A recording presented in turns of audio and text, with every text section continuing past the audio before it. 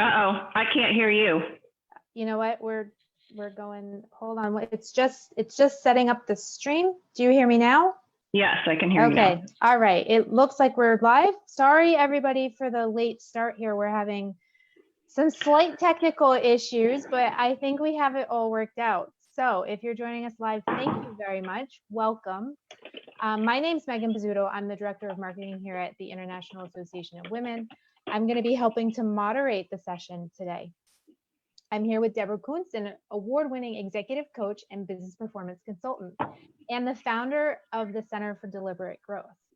Debra specializes in practical leadership and performance strategies that unlock prosperous results at an intentional pace. A dynamic speaker, Debra's interactive programs motivate and energize audiences to think differently about how they can impact their results and understand the measurable value of strategic leadership and performance solutions. Leveraging her 25 plus years of experience, Debra's results focus on creating a cohesive leadership team, elevating effective and efficient productivity, developing middle managers, evolving new leaders, maximizing teamwork, generating revenue and profitability breakthroughs, and proactively moving companies forward. Debra received a 2019 International Stevie Award for Company of the Year Business Services at the Women in Business Gala in November.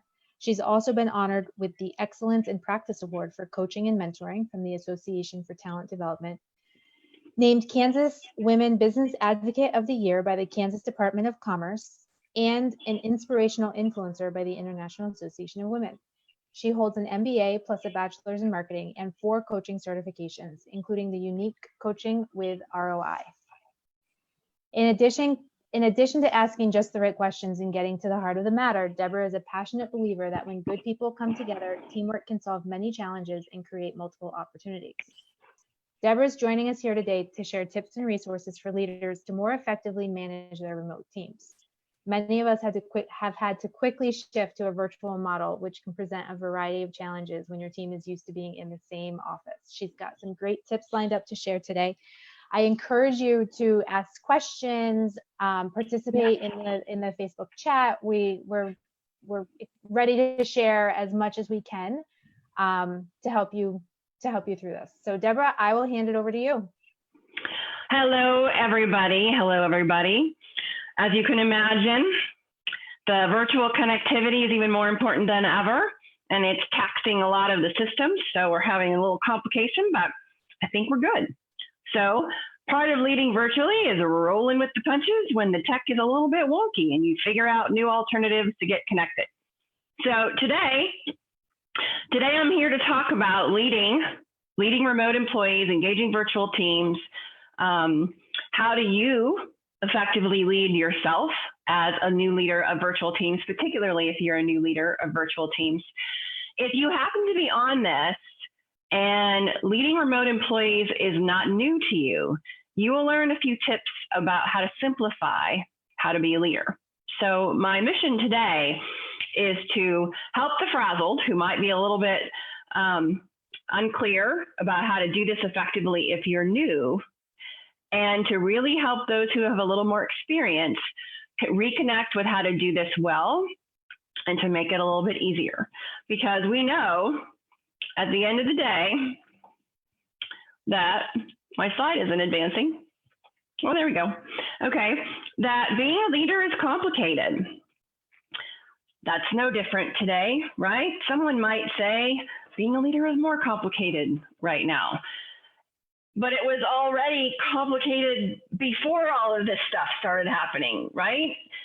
We all have simultaneous challenges in our business.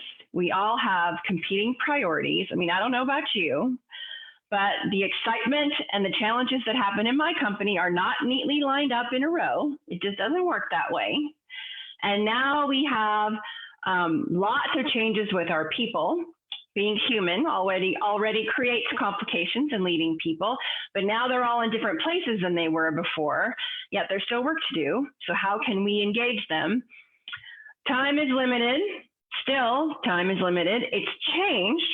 How we're using it is a little different with the change to everyone being at home, but it still feels limited in a lot of ways. And there are endless endless decisions to be made. And a lot of them are different than maybe you have had to make before. But here's the thing. Let's explore a little bit about, okay, slide. What makes, there we go. It's like the third time's a charm day in tech land for me. So, okay, so exploring virtual leadership. Megan and her team are monitoring the chat. I actually can't see it with our technical hoopla for today. So Megan, please pay attention here. But what's really different for you, those of you who are with us live, and even if you're watching the replay, you're welcome to send me your answers later if you want some comments. But what's really different in leading remote employees versus leading people who are down the hall or already in the building? What's really different? I just taught this class on Tuesday for a client. Type in your answers if you're here with us live, and Megan can interrupt me. But I just taught this class live to a group of 19 leaders on Tuesday, and boy, did we have a laundry list of things that were different. Holy cow. There were themes. I'm going to talk about the themes, and I'm going to share 4 steps to help you develop productivity when you're leading virtually and to make it a little more simple when you're leading virtually. Do we have people speaking up yet, Megan? Yep. Or are they all enamored with listening so far? We have a few. So we have somebody saying no face-to-face interaction. Yeah, no face-to-face. Yeah, we do have somebody asking if we can make the PowerPoint available when this is all done. I'll connect with you, Debra, after, because we do have your blog post up. Debra contributed a blog post on the IAW blog recently, so a lot of this information is there as well, and we'll get the recorded video linked up there.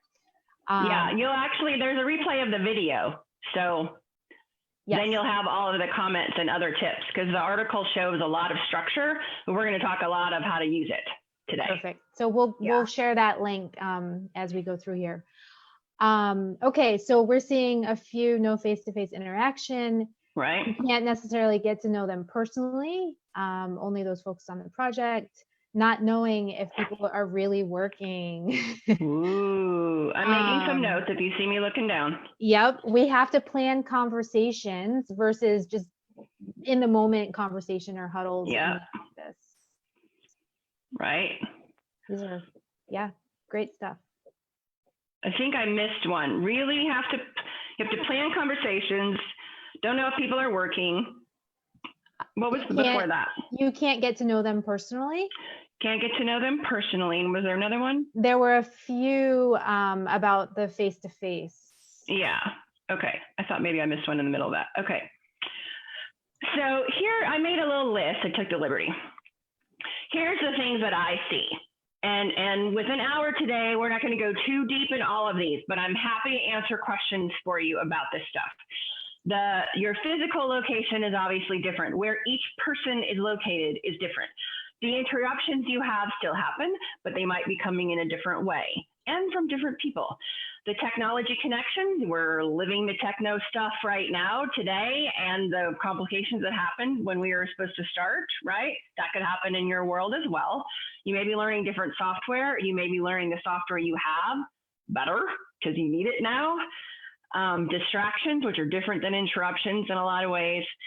The work environment, because some of you may have an office that you can use at home, and some of my leaders I know don't, because they prefer to go to an office. That's how they run their professional life, and now they're at the dining room table with all the kids in the background. What you're wearing could be unique, perhaps. I really encourage everyone to get dressed in real clothes, just like you're at work, because it's not Saturday. Family is home, which may not have been the case before or is the case now. The attitude you have, the emotions you have about all the changes that you have. If you're already an experienced virtual leader because you already have remote employees, you may already have a mindset about how to do this, but if you're new, it could be a little bit unsettling. And so that can be a complication for you. Often that's what I coach leaders on a lot during these kinds of times is how do you get your head on straight so that you can lead yourself and you can continue to lead your team, because that's how you get focus. That's where you can create the focus. And then of course the communication, we all still need to be on the same page. How we stay there is a little bit different. And we talked about, you already mentioned that a little bit, and you can't do spur of the moment huddles. And the other thing is, are you still completing things? Are you still able to meet deadlines? Are you still working through that you still have deadlines to meet and client service to deliver, or budgets to match, or expenses to deal with, or maybe you have revenue goals for this year, or maybe there's an interruption to what your clients are seeing, and so you're having to adapt. So all of this makes virtual leadership in this particular time extra complicated. It makes it extra complicated. But here's the advantage. Everyone breathe. Ready? I'm not kidding. Whew. Okay. You are still in charge of how you lead. That has not changed. You are still in charge of how you lead. So how could you lead easier? That's what I'm here to help you with. How could you lead? How could you lead easier? Because what I know is at the end of the day, leaders fuel performance. And that will always be true in every program I teach for every company and every individual. I'm doing a lot of one-on-one work too right now. And the advantage that leaders fuel performance means, because you know that you're in charge of how you lead, it doesn't mean you turn into some robot in these times and you ignore your own emotions or ignore your team. That isn't going to work. What you know is you're grounded in, okay, there's a lot of things I don't know right now, and that's how things are. What do I do know? What do I know? What do I know now?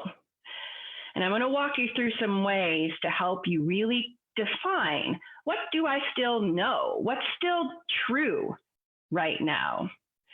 And that's what will propel how you as a leader fuel your own performance and how you fuel the performance of your teams.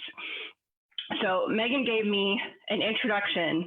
Let me just share just a little bit about how I got here so you can see what I'm sharing and how I developed it. So my 27 years of experience began in small and family-owned companies. My undergrad's actually in marketing. So the beginning of my career, I spent doing marketing communications, teaching business owners what marketing is, teaching salespeople what marketing is, teaching marketing what sales is, and how all of those things integrate. And so the early part of my career was spent with more of an external development focus for companies and how do you grow and what are the strategies for that. And then I went into a corporate environment where I was still doing some external business development and communications work. And so the shortest version of what happened in the next 10 years is I experienced 10 mergers. 10 times the company was bought or sold in 10 years.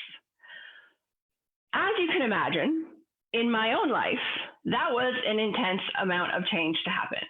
I figured it out one day. It was about 3 months between companies. So 3 months ago, we were someone else, and now it's 3 months later, and now we're going to be a different place. And in one of those instances, our external brand changed 3 times. So at that point, our customers were like, who are you people? Do you even know? Do you even know who you are over there? But during that time of lots of people have heard me tell this story and called it intense chaos. That's true. Looking back, it was a little intense chaos. But what I could do with that is learn how to navigate all the change and the uncertainty of that. There's an intense amount of uncertainty when you go through that much buyouts and sells. Do you have a job? Is your job the same? Which boss do you have this week? That was pretty common. It was pretty common. But during that time, I got pulled into different types of initiatives. So I was doing external development in the early part of my career. The more I went through that 10 mergers in 10 years, I got pulled into internal development work. So I took on my fearlessness about asking questions, my strategic thinking, my communication skills, my engaging teams and building and delivering work. And I put it into change management roles and business analysis and risk management and project management and organizational development. I was asked to do coaching and mentoring long before coaching and mentoring was a thing as an industry. And in 2010, I decided that I wanted something a little more entrepreneurial. And that's when I founded the Center for Deliberate Growth. So in the years prior to founding my company, I also spent 6 years in the financial industry and pulled all of my questions and strategic thinking in there. And during that time, I got asked questions by execs and business owners about, how do I build a team? How do I navigate the change? We want to buy 3 locations. How do I combine all of that staff? How do I deal with conflict? How do I keep my head on straight while all this stuff is happening? And so now I founded a company where I get to do that all the time. This is the stuff that I get to do all the time for leaders, for teams, and for all of their employees. And it is my favorite work. So I'm excited to be here to teach you some things that I've learned that can help. So I'm going to give you something today that will help develop productivity. I say accelerate here. Accelerate is probably more true if you're already leading a virtual team. If you are new to leading a virtual team, or if your team is new to being virtual, it's probably more like develop productivity. And I really want to simplify how it is to be the complexity of a virtual leader so we can learn how to lead easier. Okay. So here's the one, and I'm going to look at my watch because I can't see the clock on my computer right now. Okay. The most often overlooked is prevent the out of sight, out of mind syndrome, particularly for new virtual leaders or people who are new to being remote. As in this kind of in this kind of situation, it wasn't planned, right? There was no like, in 6 months, our company is going to become virtual and everyone's going to work from home. And we planned all of the things that we're going to do to prevent the out of sight, out of mind thing. It didn't work that way, right? It didn't work that way. We went from everything is good. Uh-oh, there's some issues in the world. Uh-oh, they've come to my city. Uh-oh, they're in my neighborhood. Oh my, okay, we're all staying home. Here we are. So one of the things about preventing the out of sight, out of mind syndrome is a lot about how you establish the ground rules for communication within the team. How do you establish ground rules within the team? And this kind of goes to the comment earlier about it's hard to plan, or you can't have unplanned communication, is what I took that to be. Because you can't just have a spur of the moment huddle in the middle of the office. Well, no, not the same way. But if you establish some ground rules for how you want the team to communicate, you can still have spontaneous conversation. It's a matter of how you go about it. And I'm going to talk about what tools can be best used for that. But here's 2 things I want to be sure that you take away from this. Visibility is really important when you're virtual. And as the leader, it is doubly important for you to be visible. And that means, are you logged into the company system? Are people getting emails from you? Are you attending conference calls? Are you booking them? And if you are a team member who's remote, the same thing is true, because this is the question earlier, the comment earlier about how do you know people are working?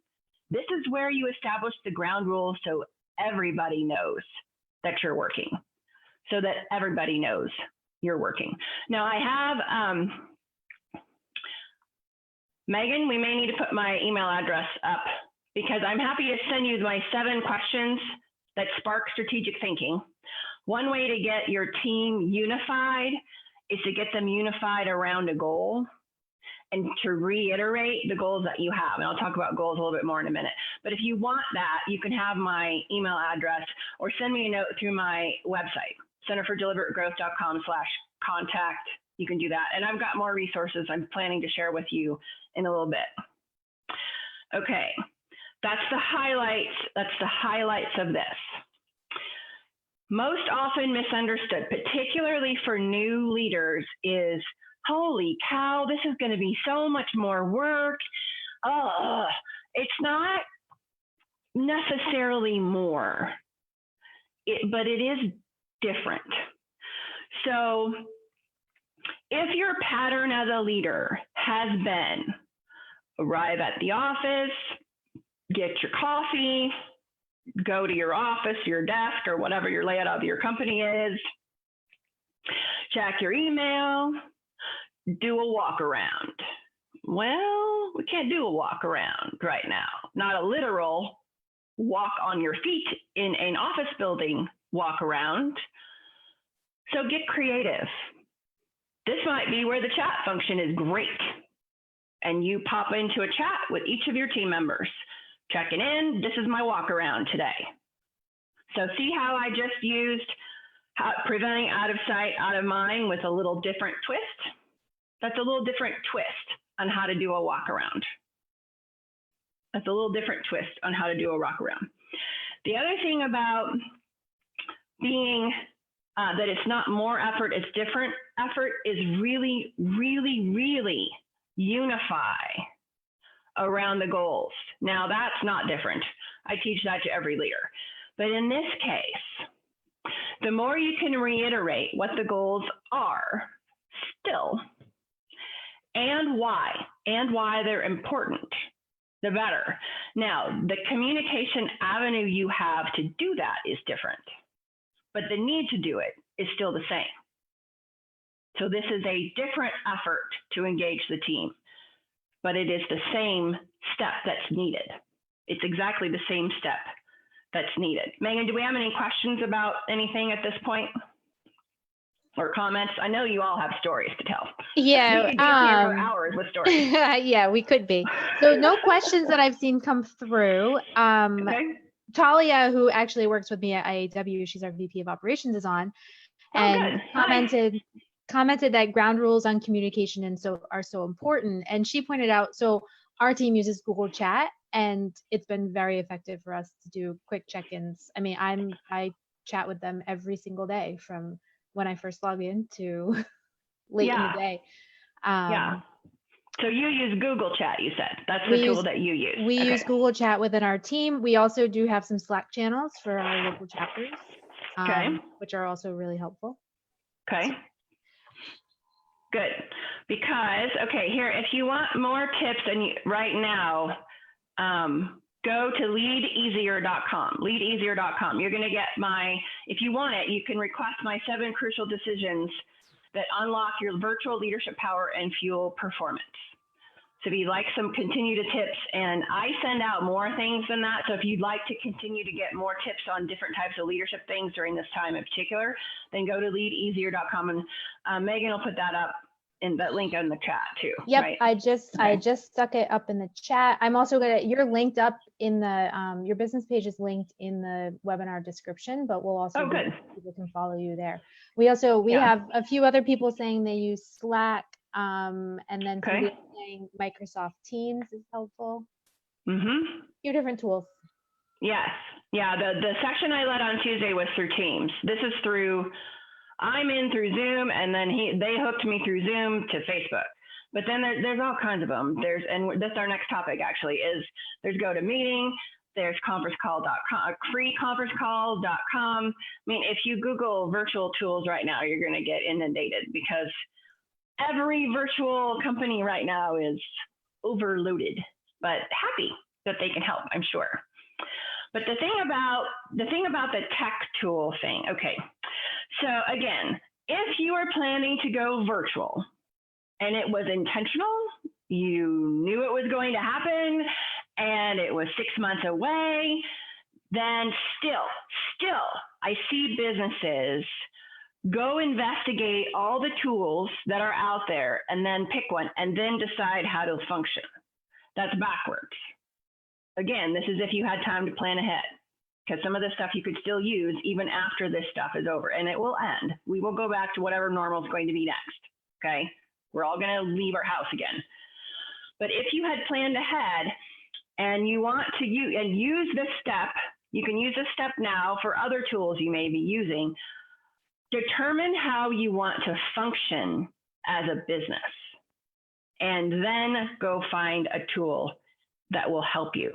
Because otherwise, if you pick the tool first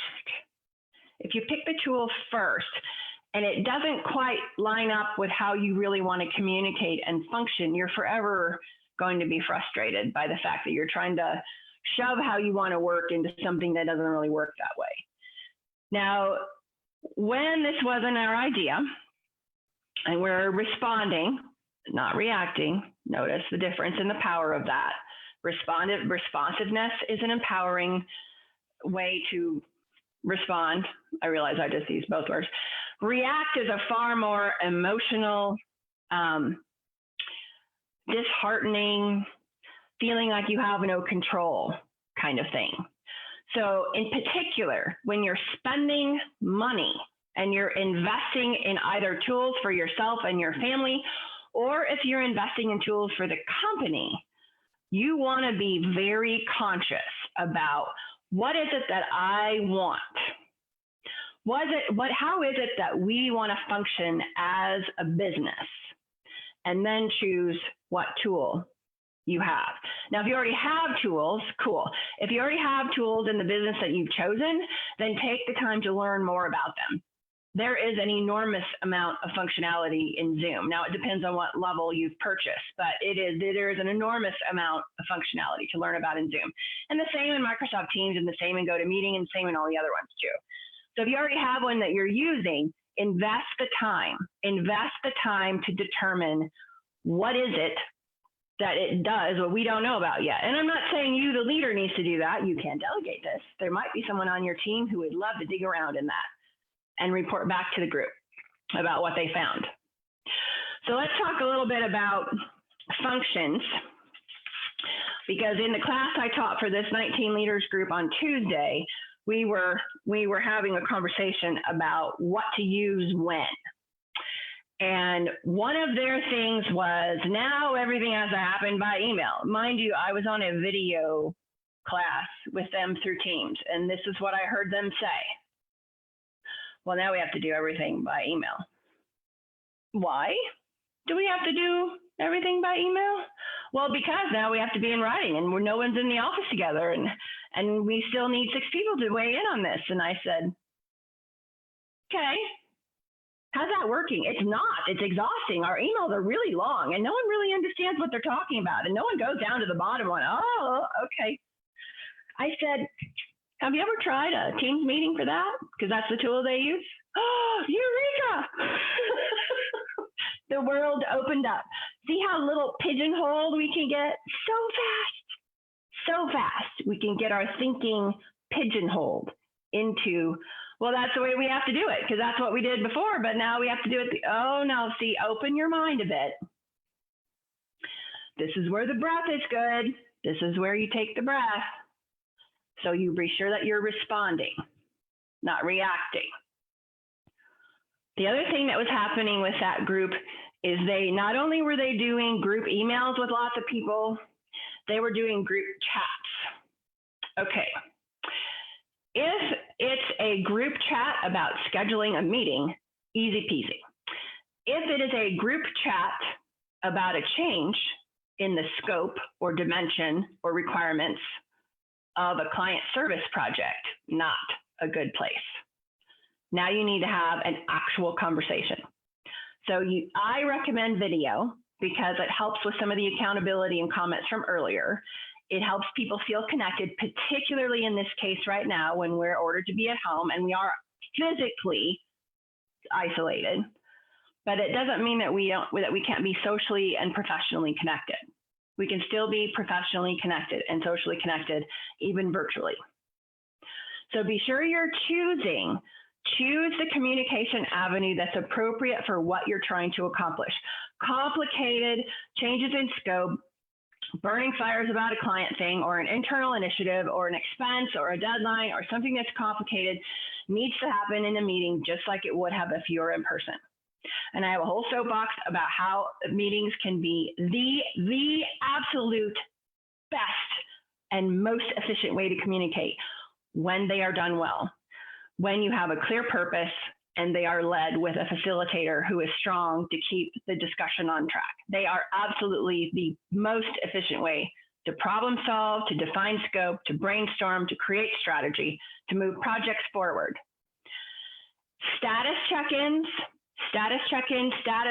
if it's more of a where do you stand, but we don't need to talk kind of thing, that could actually be an email. I actually find that clients who do status checks using video in a meeting format, you uncover things that would be good to have a conversation about that you wouldn't have uncovered in just an email update. So really think about if you're the originator of the communication, what are you trying to accomplish? And then choose an avenue that's most appropriate for that. Any questions coming in, Megan, before I go on? No questions on that. A lot of positive praise for Zoom, but no questions. Right, okay, well, good. Positive praise for Zoom, we like that. Yep. Okay, so here's one of the others that's most often skipped over. It's a little bit connected to out of sight, out of mind. It's a little bit connected to that because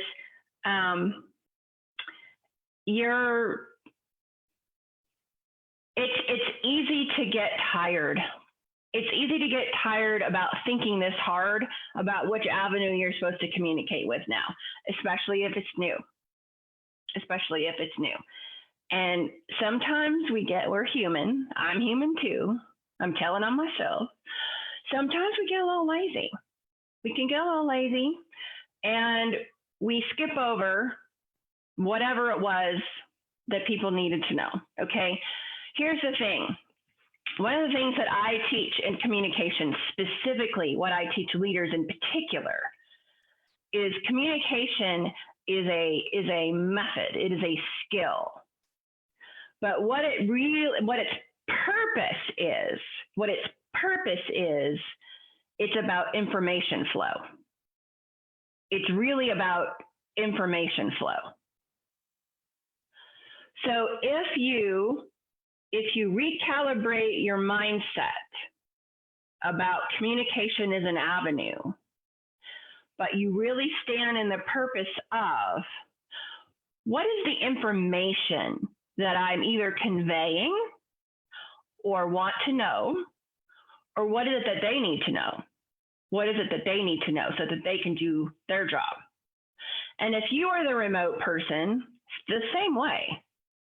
What information do they need from me so that I can either do my job better or faster or meet deadlines, whatever my accountabilities might be?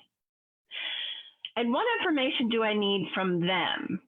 So after you identify that nugget, now you say, okay, what's the best, most appropriate way to communicate it? So these steps all hook together.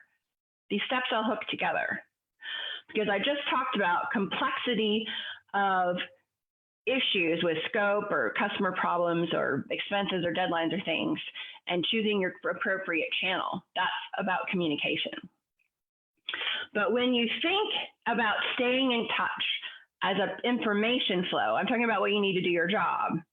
If you think about it as information flow, it just tweaks your perspective enough that you put yourself more in the teach mode and less in the tell mode. You're a little more in the teach.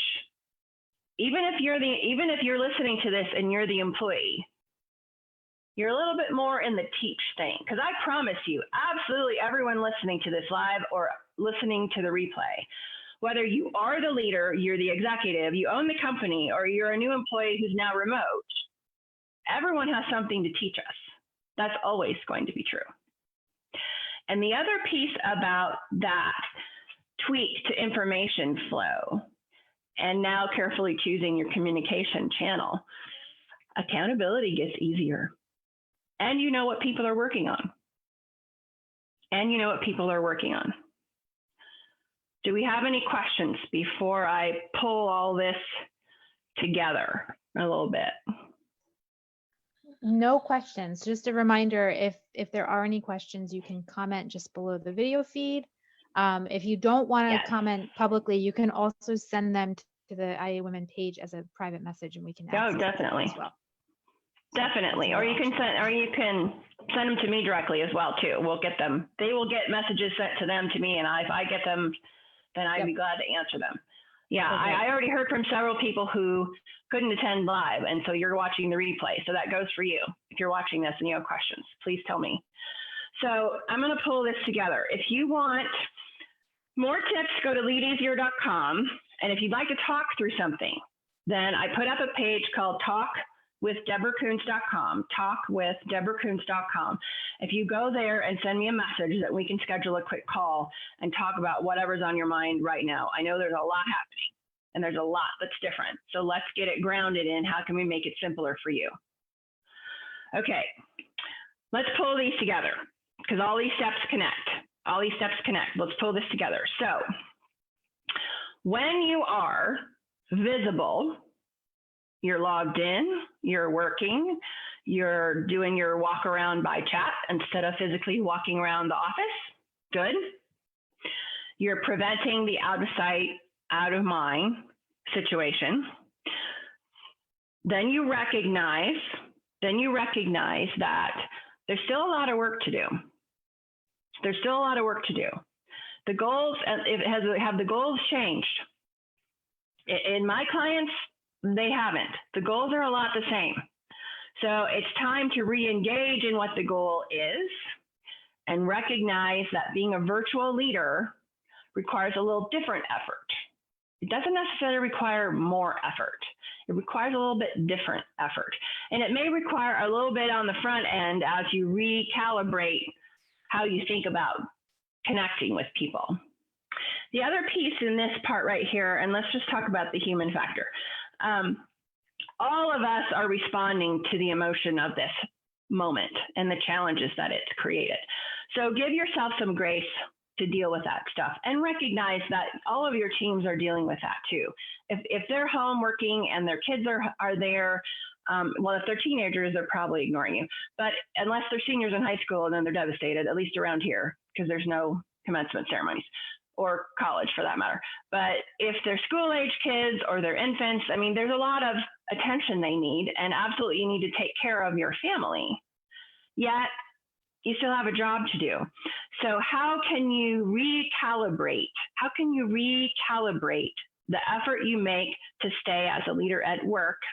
And also, how can you set some boundaries with your family so that they get what they need and you get what you need to do your job? In the class that I taught on Tuesday, a lot of those people have kids at home, varying ages, but a lot of them have kids at home. And in some cases, they were accustomed, their spouse and their kids were always based out of the house. And now in this case, it was the dad. The dad is the one who's now working at home. So he's the one messing up the home life routine. So now they had to develop a new routine of quiet time, a new routine of where is dad when he's working. Well, it's the same for women.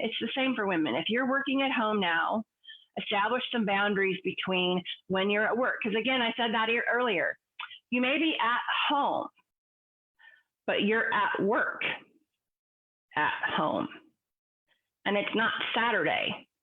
So it doesn't work the same as it would if you were on a Saturday popping in to do a few emails. This is the function of your job at the moment. So be aware of having those conversations. And the joke that happened on Tuesday was, I knew I needed to do that. I was just a little chicken. I didn't really want to do it.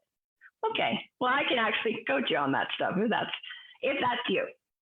Okay, so then we talked about How can you effectively use which technology tools for what information flow would be most effective for you, knowing that the communication is the avenue and the information is really what people need from you and what you need from them. So if you go back to establishing the ground rules of the team at the beginning and you think about them using the mindset of information flow, it will create an entirely different set of expectations for how you're going to stay in touch. It will. So really lean into that and use that to your advantage. And then recognize, how are you going to stay in touch? Now, I actually have lots of clients who do status meetings every week, and they're doing them twice a week now. More for staying engaged and connected since everyone is at home. It's how they're doing things to stay engaged and connected now is having more status meetings. Now, they're not having 2-hour status meetings. They're having 20-minute status meetings. But it's how to stay connected and stay engaged. And be sure to leave a little room. Be sure to leave a little room for the human stuff. You know, tell the stories about what the dog did while you were on a conference call, or, you know, the neighbors decided to mow their lawn today, and it's so loud that you couldn't hear. Just let it be okay that you do a little bit of connecting. I mean, some of us might be talking about sports right now.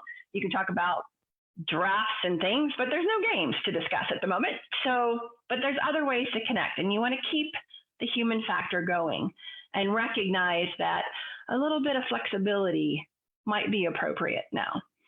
If you have the ability to flex when you work for you and your team, I'm sure that will be appreciated. If you don't, because some industries can't, I mean, one of my clients is a tech business, the help desk needs to be the help desk during the hours it always was. And so for those employees, that's a whole different conversation about how can you be respectful and flexible with what they need to manage their family, and then also help them still be successful in the role that they have. And then I have other clients where when they do their stuff isn't as important as the fact that it gets done. And so there's a lot more flexibility with how things are working in the light of the world at the moment. Anyone have comments or stories or struggles or even successes, something that you tried that the rest of the group would like to hear about?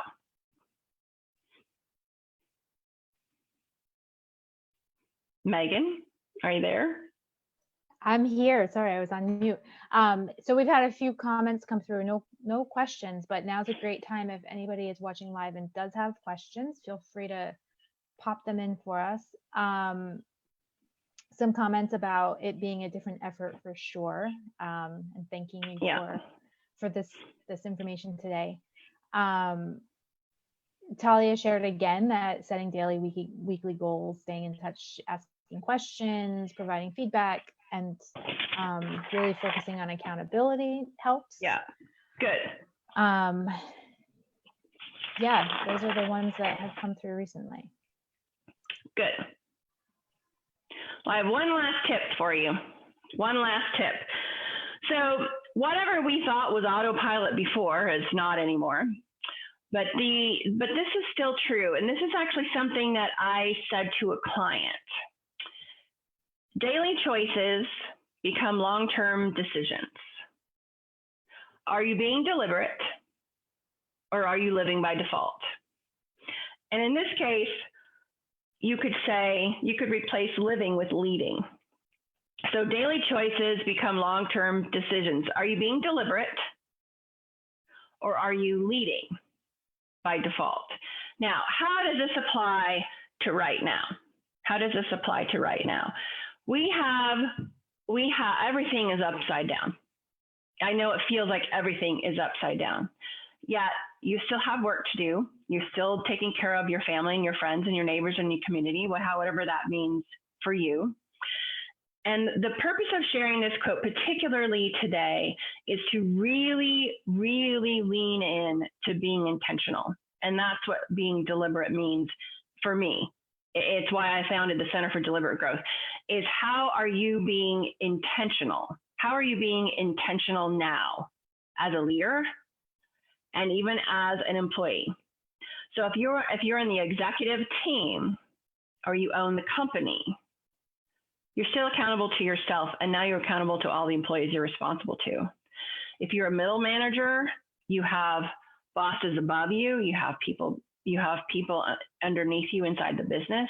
If you're an entrepreneur, you have accountability to your family, to investors, to the bank. If you're publicly traded, there's shareholders who are paying attention. Are you showing up? Are you showing up in a way that's as intentional as it could be? And I'm not saying stop being human or have yourself a meltdown, because there's a lot of things happening that are affecting people in lots of different ways. But the more that you can show up and be intentional as a leader and recognize that how you lead every day will create the long-term decisions that happen in the business now. It doesn't mean that things won't change. Things are evolving every day. But be aware, be really aware that how you lead during this time, your people are paying attention to that, and they need you. They need you to engage with them just as much as you need them to engage with you. So how do you know people are working? How do they know you're working? Be sure that this is a two-way street. And how can you be intentional together? How can you be intentional together? I'm happy to stay on and chat a bit. You're welcome to send me an email with questions. You're welcome to go to either of these sites if you want to schedule a time to talk. I'm here to support as many people as I can during all of this craziness and after that. Yeah, we do have a question here, and thank you. This was great today, really helpful. So Michelle says she works for a nonprofit and she's trying to think of ways to keep her volunteers engaged. Do you have any specific tips for that? Similar things to what you've already gone over, but sort of in the volunteer space. So how do I keep volunteers engaged? Okay, so I'm assuming that whatever events or things they were doing, they aren't doing. And so maybe there's a little concern about losing the volunteers for that. Is that how I'm going to interpret the question? So one is, of course, I know lots of nonprofits are converting their events to virtual. So if that's possible for you, then you can engage volunteers in ways to help with some of the tech management and some of the ideas. Ask them for their input about message or support or their stories. The stories still matter. The stories matter in corporate world. They matter in entrepreneurship. They matter in nonprofits. What are the stories that you could share? And what stories do volunteers have that they could share? And maybe that's a way to engage them, is to ask them for that. And the other really, really direct way is to ask them what they need. Things are different now. Say, things are different now. Send an email, give them a call. Things are different now. In what way could we help you? We so appreciate you volunteering for us in all the ways you have. In what ways do you need help right now? I think you'd be surprised at how many they probably won't ask you for much, but they will notice the turn of care, that you cared, that you demonstrated so much that they matter to you. And I'm sure that you do that anyway, but in this particular time, I think it will go a long ways to engaging them. Anything else, Megan? That was a good question. I'm glad you asked that. Yeah, that was a great question. And she did say that you were on point with okay, good. How you interpreted it. So that's great. Good. No other questions that I'm seeing on the live feed. Okay. Let me just check the messages real quick, make sure I usually get notifications, so I'm just making sure I haven't missed anything. But thank you. There's a lot of responses here that these were great tips and people really enjoyed what you offered. So thank you so much. We appreciate you joining us here today. This was really helpful. Absolutely. As we all navigate this new way forward and sort of learn how to adapt through the current situation, it's always great to have help. So, well, I'm here. Thank you. I'm here. You're welcome. Talia is asking, she's actually replying to Michelle. Sorry, we're getting chat within the chat, back and forth. So we already shared Debra's channels. We will link to her website and her social channels, how you can get in touch with her in the video recap. So you'll see it in the comments as well as of the video replay. Thank you everyone for tuning in live today and for all your questions and input. This has been great, a lot of fun. So thank you. Thank you, Deborah. Have a great day, everyone. Bye-bye.